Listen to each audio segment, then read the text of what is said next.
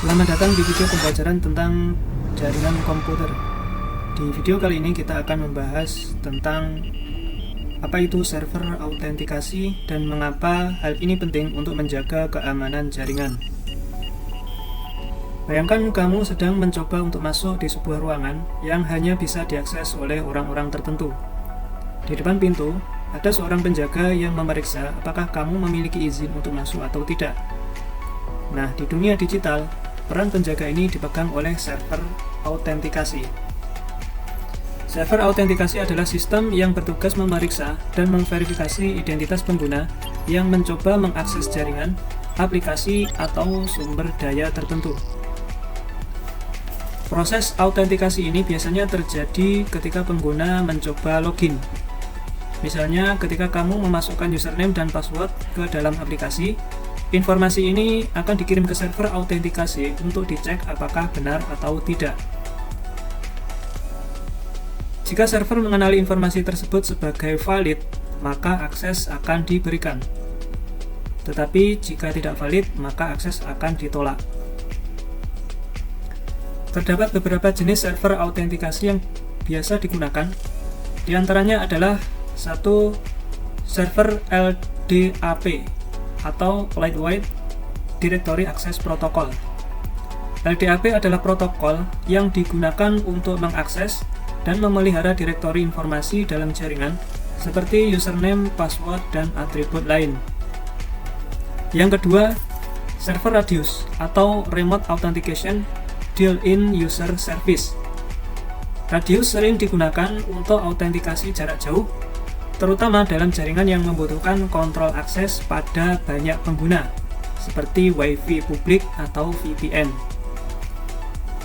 Yang ketiga, Kerberos.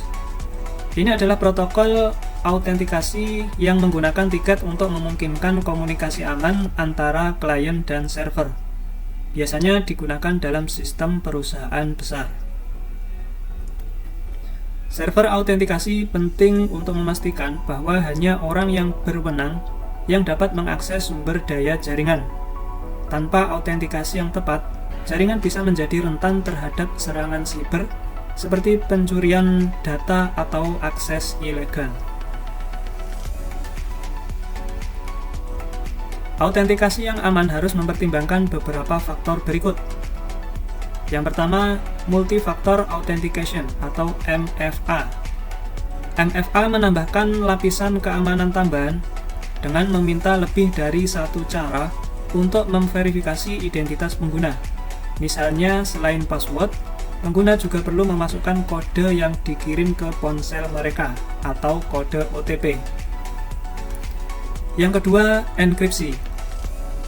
Proses autentikasi harus selalu menggunakan enkripsi untuk melindungi informasi yang dikirimkan sehingga data tidak mudah dicuri oleh pihak yang tidak berwenang.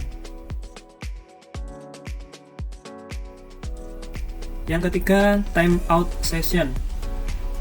Server juga dapat mengatur agar sesi autentikasi otomatis terputus setelah periode tertentu untuk mencegah akses yang tidak sah setelah pengguna tidak aktif. Kamu bisa menemukan implementasi server autentikasi di mana saja, misalnya saat login ke akun email, aplikasi perbankan, atau bahkan saat mengakses Wi-Fi sekolah atau perusahaan. Dengan server autentikasi, data tetap aman dan akses hanya diberikan kepada mereka yang memang memiliki izin.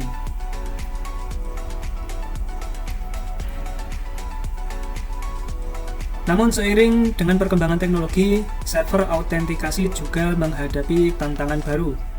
Misalnya serangan brute force atau phishing dapat menargetkan kelemahan autentikasi. Oleh karena itu, teknologi autentikasi terus berkembang, seperti dengan menggunakan biometrik atau sidik jari atau pengenalan wajah, sehingga lebih sulit untuk dipalsukan. Kesimpulannya, server autentikasi adalah komponen penting dalam menjaga keamanan jaringan komputer. Dengan memahami cara kerjanya dan jenis-jenis autentikasi yang tersedia, kita bisa lebih waspada dalam melindungi data kita di dunia digital. Terima kasih sudah menonton, jangan lupa untuk selalu menjaga keamanan akunmu dan pahami lebih dalam tentang teknologi yang melindungi data kita di dunia maya.